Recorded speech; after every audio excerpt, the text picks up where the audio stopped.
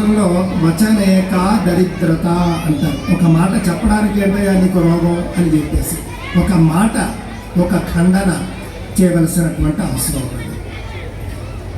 ఈ మధ్యనే మన ఒక cine actor, Kannada cine actor, తెలుగులో కూడా చేస్తూ ఉంటాడు, ప్రకాష్ రాజ్ అని చెప్పేసి. మనంతా కూడా ప్రకాష్ రాజ్ అంటూ ఉంటాం. అతడి అసలు పేరు తెలుసా అండి? ప్రకాష్ యాంటోనీ రాజ్ అని చెప్పేసి అతని అసలు పేరు. ప్రకాష్ రాజ్ యాంటోనీ, ఒక క్రైస్తవుడు. చాలా సంతోషం. అతడు క్రైస్తవుడు అవ్వడం తప్పేం కాదు. అతడు తన మతం యొక్క ఉనికిని ఇంతకాలము కూడా దాచుకుని ఒక నాస్తికుడిలాగా, హేతువాదిలాగా నటన చేస్తూ హిందూ దేవీ దేవతలను ఎప్పుడూ కూడా, హిందూ దేవీ దేవతలను కావచ్చు, మన పురాణ ఇతిహాసాలను కావచ్చు, అవకాశం వచ్చినప్పుడల్లా కూడా వాటిని తొలనాడుతూ ఉంటాడు.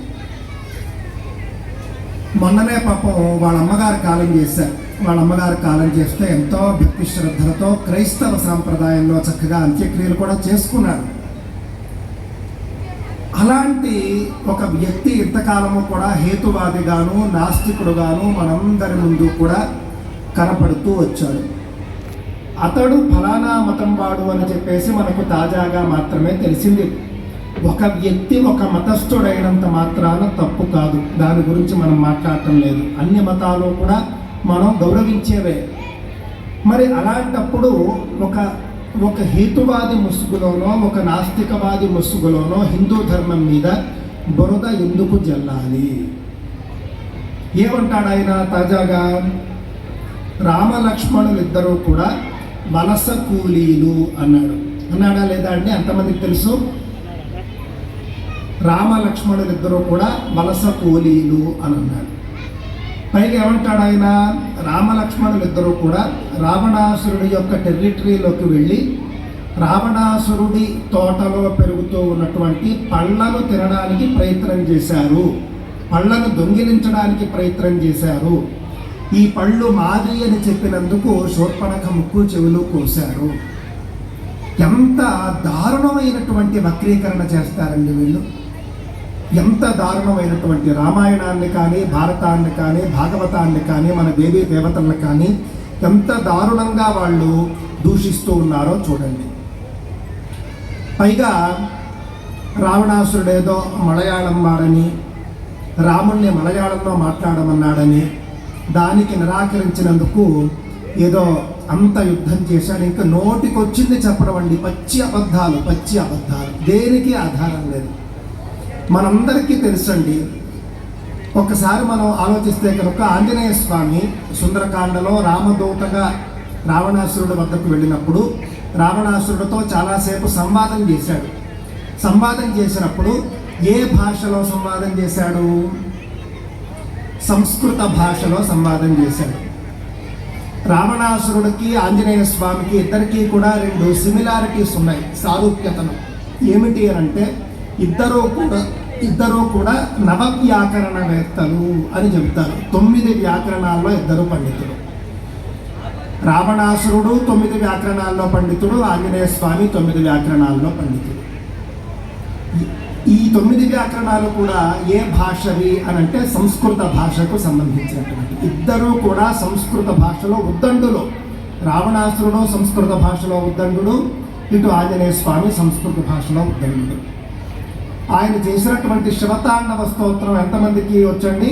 శివతాండవ స్తోత్రం తెలుసు కదా చాలామందికి. జటాటవీ దళజల ప్రవాహ పావిత స్థలే. ఈ యొక్క శివతాండవ స్తోత్రం ఏ భాషలో ఉన్నది? మలయాళ భాషలో ఉన్నదా? తమిళ భాషలో ఉన్నదా? సంస్కృత భాషలో ఉన్నది. ఆయనే కనుక ఒకవేళ మలయాళం వాడో తమిళం వాడో అయితే కనుక సంస్కృత భాషలో, అది కూడా అంత కఠినమైనటువంటి సంస్కృతంలో ఎలా ఒక స్తోత్రాన్ని రాస్తాడు? మనకు బుర్రా బుద్ధి ఉండక్కర్లేదా? అందువల్ల ఈ విధంగా ఎవరైనా సరే, ముఖ్యంగా సినీ యాక్టర్లు, సెలబ్రిటీలు మొదలైనటువంటి వాళ్ళు మన దేవీ దేవతల్ని కానీ, మన హిందూ గ్రంథాలను కానీ విమర్శించినప్పుడు, దూషించినప్పుడు, నిందించినప్పుడు తప్పక మనం ఖండించాల్సినటువంటి అవసరం ఉన్నది. మనకు ఉన్న పరిధిలోనే మనం ఖండించాలి. అంతేకాని మనం ఏమీ నాకు ఛానల్ లేదే, నాకు లేకపోతే నాకేమీ ఫాలోయింగ్ లేదే అని ఎవరు అనుకోకర్లే. మనకు ఉన్న పరిధిలో మనం ఖండించి తీరాలి. రావణాసురుడి భార్య మండోదరి కూడా ఆర్యపుత్ర అని సంబోధిస్తుంది.